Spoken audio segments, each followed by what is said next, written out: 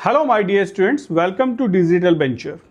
कुछ ऐसी क्रियाएं होती हैं जो अक्सर बच्चों को कंफ्यूज करती हैं, उनको हम कहते हैं सम कंफ्यूजिंग वर्ब्स। इस सेशन में मैं आपको समझाऊंगा वो कौन सी वर्ब्स होती हैं।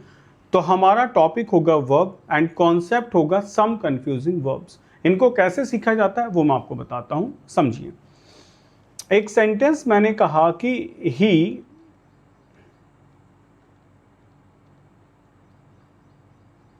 he founds a new hut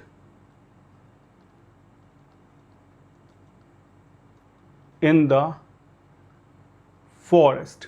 okay, बच्चे से कहा जाता है कि ये सेंटेंस सही है गलत है। he founds a new hut in the forest। अक्सर बच्चों को एक वर्ब फॉर्म पता होती है, वो होती है फाइंड। इसकी सेकंड फॉर्म होती है FOUND फाउंड, और इसकी थर्ड फॉर्म होती है FOUND फाउंड। और हम सब जानते हैं वर्ब की फर्स्ट फॉर्म में एस और एस लगता है, सेकंड और थर्ड फॉर्म में नहीं लगता है। यहीं से सारा कंफ्यूजन शुरू हो जाता है और बच्चों को लगता है कि हम शायद कुछ अलग करके आगे।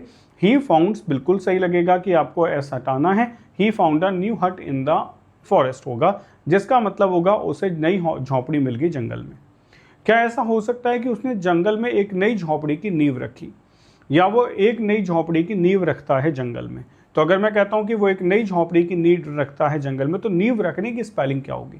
तो आपने कहा फॉल, फेल, फॉलन होगा। इसका मतलब बेटा गिरना होगा।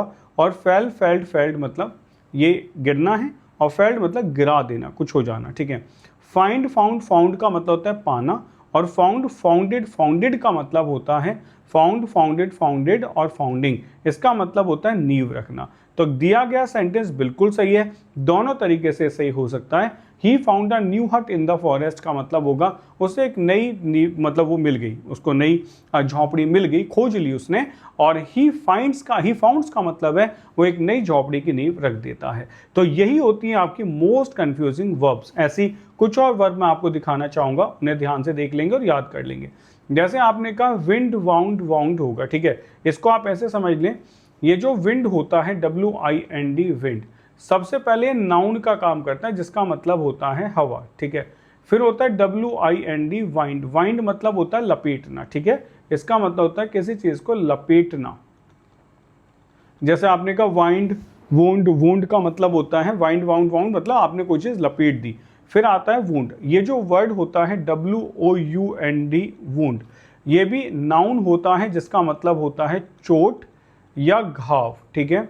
और दूसरे इसका मतलब होता है वर्ब फॉर्म होती है, इसका मतलब होता है घाव लगना, घाव लगना, ठीक है, ऐसे होगा।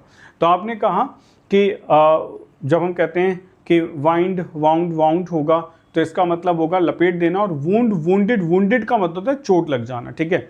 ऐसे देखो हैंग, हैंग, हैंग्ड का मतलब होता है, इसका मतलब होता है फांसी लगाना, किसी को फांसी लगाना होगा। और हैंग, हंग, हंग का मतलब होता है लटकाना, किसी को लटकाना, लटकना, ठीक है। ये सबसे इंपॉर्टेंट है, वेरी इंपॉर्टेंट, ये वाली बहुत पूछी जाती है।